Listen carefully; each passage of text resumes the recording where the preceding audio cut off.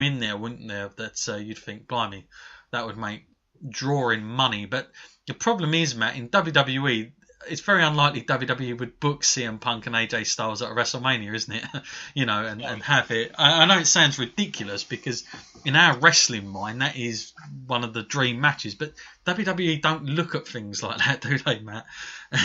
And do they? You might get it at another pay per view, but they just don't do that too often. Where you get two, very purist wrestling guys, especially from the indie background. But those matches, of course, would be, absolutely gold. But in Japan, whole different story. Matt, while we're talking about Japan, people have been emailing in since we spoke about Wrestle Kingdom, and of course the match now between Chris Jericho and Kenny Omega, very much gone around. It's funny, isn't it, Matt? Like Chris Jericho, WWE, people, the way WWE are with him, they treat him really well and he does well. But the fact that now he's got this match with Kenny Omega, like this has made such a huge storm, Matt. It's almost like WWE need to learn from this because this is a fantasy booking almost, and the fact that they've sort of given it to us now, where we thought this wouldn't happen, and this is, I do feel like WWE underestimate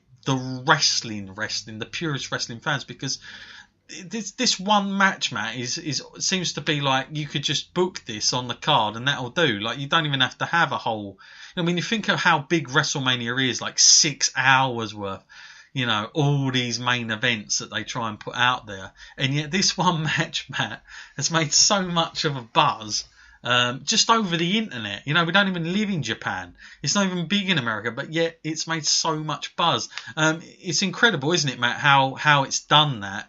And this is happening. Again, it was a bit of a shocker when it was announced. By all accounts, Jericho had told WWE that this is something he was going to be doing and had Vince's blessing with it. But it's still kind of crazy, Matt, considering Jericho, only earlier in the year was a WWE guy, and very much you just didn't see this ever on the horizon for a guy like Kenny Omega. But how much of a big deal is this going to be, Matt, Wrestle Kingdom? I know we spoke about it last time, but since it's sort of sunk in a little bit more, is this something you're looking forward to as much as everybody else?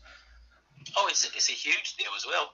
And it's not so much a case, I wouldn't say, of WWE not knowing really how to use Jericho, because they did give us the AJ Jericho match, which is probably good point. An equivalent level, but it's just the way that this has come out of the blue. Like it's like no one saw this coming, and it's like New Japan had that draw now and that credibility, even like to someone like Jericho or to the American audience as a whole, that they can bring in a top sort of Western star like Jericho and bring into their company to compete with who is on their top level. It's kind of like that is a real dream kind of situation, because it feels like that the two companies have come together on that night. Even though it's just Jericho, but he's so WWE like through and through. Like the first time he's going to wrestle outside of that company, 18 years, that's incredible. Yeah, and you think of his background with Lance Storm, the Impact players. He learned his craft in Japan as a tag team. That's where that name came from. So Jericho's got like quite a big popular fan base in Japan anyway. So it's going to be a big deal, no doubt about it. And people are asking, where can they watch this? Where can they get this in the UK? And it is on Access TV. So literally, you need to get Access TV. You need to find it online, and it's a subscription service, and you can literally watch it on there. And I do know, I did look up earlier, they are doing kind of like a 6 hour special on it. So I think they're doing like 3 hours build up for this show, where you're going to sort of see everything beforehand. And, trust me, I think every year this goes on, this event, it gets bigger and bigger. It's becoming like, as big. Well, I mean, it's obviously as big as it is in Japan, but I mean, to us in the UK, Matt, we're hearing about more and more about this stuff. And again, the matches they have there in recent years have been incredible type events. So lots are going to be going on. Again, Cody Rhodes is going to be there, or Cody now, as we now know him. But and all the Bullet Club antics are going to be there. But, you know, there's so much. Okada, of course, is going to be in action. And I just think it's if you're a purist wrestling fan, this is the one you probably want to watch. Yeah, you know, the thing is, it's not just about the wrestling anymore with that. They've actually done a really good job with the way they present it and the presentation. It's kind of like a big thing now. It looks, the sets they do are almost like WrestleMania standards. So, yeah, looking forward to that, no doubt. And I know myself and Matt may be heading down to London as well. It'll be, like, for us in the UK, it's weird, Matt, because it's going to be an early morning type feature, isn't it, for us? So, it's going to be a strange one, yeah. But I guess I'll take that over the late nights that we have most times. So, you know, can't complain too much on that one. But yeah, if anyone wants to, it's January the 6th, by the way, for everybody that is interested in that. We'll get more news as that comes closer. But everybody's really you know, bigging it up at the moment. This is going to be a big thing. So January the 6th, there's a special edition for everybody to tune in on that one, and you know, make sure you're in the right place to see it. And that's a good place to get it, because again, New Japan's website, trying to get into their subscription can be quite difficult because of the language barrier. They don't tend to do a great job with the English. They don't put too much on it. It's quite difficult. So if you want a little bit of an easier way of doing it, Access TV are going to be streaming it. So yeah, head to that and yeah, get on that. Matt, I think it's time for some questions now. So I hope you're ready. See what we've got coming in, and we'll start at the top as always, and just trying to load them. Here we go. So first come here is we've got Eat Wrestling. That's an interesting name, from Newport. Okay, and he's put something we spoke about a little bit earlier actually. Paige is the most authentic, real person on the roster. She is a cut above the rest of the women. When you look at her to Sasha and Bayley, there's more connection. There have been too many times where we see Sasha backstage doing interviews on the WWE Network and stuff, and she's totally out of character, not even wearing the same stuff she would in the arena. And the same can be said for Bayley, whereas Paige just seems much more transparent and connective. What are your thoughts, and why isn't there more of the same from not just the women but the other wrestlers? And again, it's something we spoke about earlier. I totally agree with that. The problem is in this day and age, Matt, with social media and everything else, it is frighteningly sort of scary to stay in that 24/7, isn't it, Matt? With what goes on. But listen, the one thing I'll agree with Eat Wrestling here is that I think when it comes to WWE's own programming, they should at least try somewhat to keep them relatively in their character, because they've got, you know, they can literally pull strings there. I mean, I get if they're going to be seen on TMZ and all that stuff, yeah, you can't do nothing about that, and you can't stop it. But I think when it's WWE themselves doing it, it is hard sometimes, Matt, to sort of still feel that they are, you know, Sasha Banks is the boss and she's going out there and she's got that attitude, and Bayley, you know, who you know, one thing I'll say, I'll probably disagree with Eat Wrestling there, is that I do feel Bayley does have a connection. She generally does, especially with the kids and the young girls that turn up. I know she does, but I do agree with him on the sense that we are getting to see her too much backstage, where she's like, this has been my dream and this is all I've ever wanted to do in my life.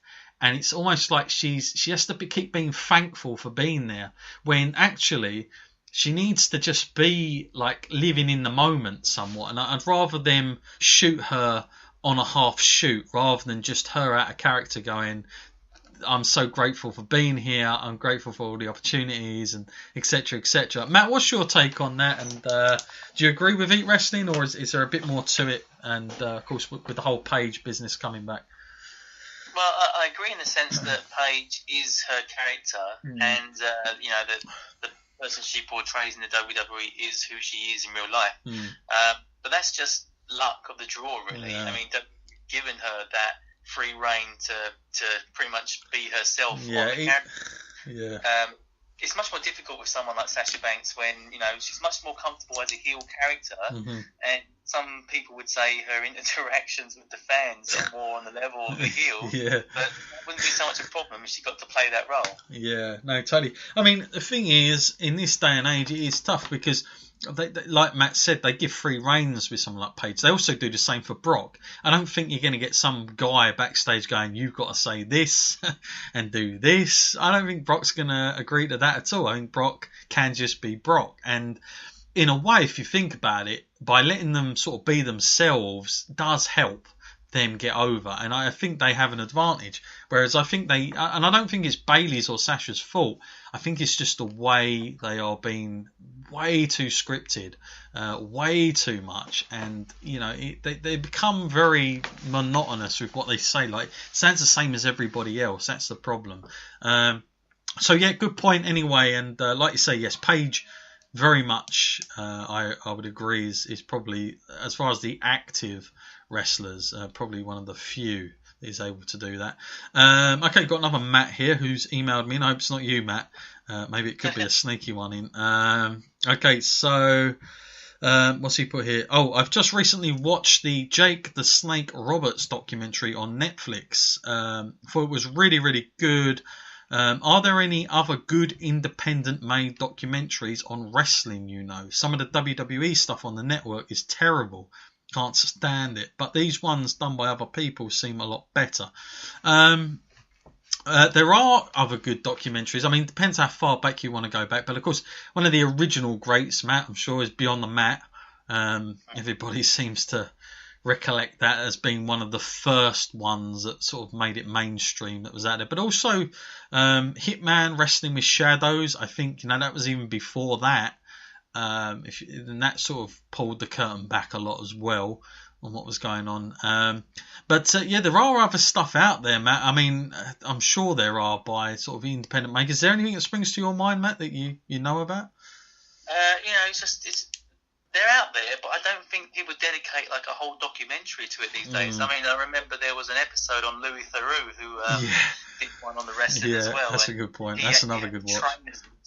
And shows you just how hard it is for someone to get into the business as a fresh person, like a new person into it. Yes, and that's also on Netflix. So if you want to quickly log back in and you want to watch a documentary, go to Louis Theroux Weird Weekends, and he's got one on wrestling. I believe it's like the sort of 98 sort of time, and there's Goldberg on it and Roddy Piper, and then there's this really crazy sort of backyard style wrestling guys. It's quite hilarious, really, to watch now.